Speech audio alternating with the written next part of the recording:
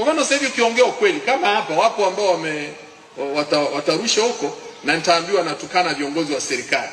Nimesema hawana economic focus. Hawana. Kama wanayo waionyeshe. Utaambiwa nimetukana serikali, nachokanisha serikali na raia, mimi sina uchungu na nchi. Lakini nawaeleza vijana hawa ambao wana dreams, wasipoelewa hili hawatakaa wawe na viongozi wazuri. Na Watanzania sasa hivi wanawekeza kwenye kufanya watu wawe wajinga. Yaani kazi yetu kubwa viongozi ni kuwapumbaza wale tunaoongoza. Nashangaa na vijana mlio wasomi mko vioni mnapumbazwa mnakubali. Kijana unakuwa mpambe wa mtu ambaye hana economic vision, hana economic focus. Watu wachache wanateka uchumi wa nchi, nyinyi mnakaa tu mnaangalia. Leta kampuni, litangaze wazi kama unataka hili ni kampuni, sema tununue hisa na sisi. Unaambiwa eti wa Tanzania hatuwezi kuendesha haya mabasi ya mwendo kasi.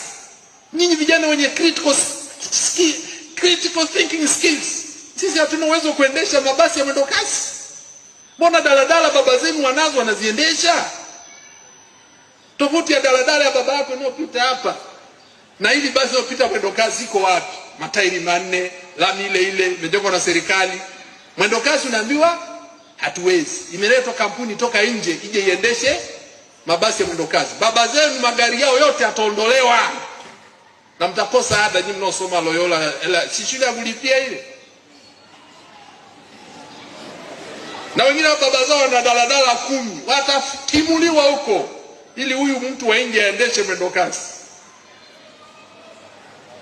Mahali ambapo tukaanza kumwambia baba yako, basi bana, badala ya daladala zako 10 wewe shika basi hili hapa. Na wewe shika basi hili hapa. Na yule wa nje kwa sababu ana mbinu nzuri za biashara, na wewe shika basi. Tunatengeneza kampuni inayomilikiwa na wawekezaji wa ndani ambao ni majority na wawekezaji wa nje. India, baba naomba usimame tena. Mimi na wala napenda kufundisha kwa mifano. Si ndio uko Muhindi peke yako baba? Muhindi pale, huyo hapo kaa tena baba. Sasa ukule India walipokuwa naweka sera, huwezi kuwa na kampuni kubwa walipoanza mabadiliko. Huwezi kuwa na kampuni kubwa ambayo wananchi wa India wanaimwagilia hela kwa wingi kama 1% ya mapato yako inaenda juu ya ile wananchi.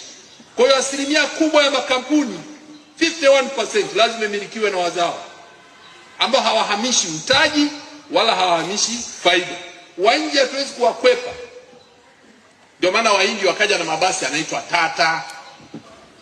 Walijifunza teknolojia kwa kampuni inaitwa Mercedes Benz ya Ujerumani.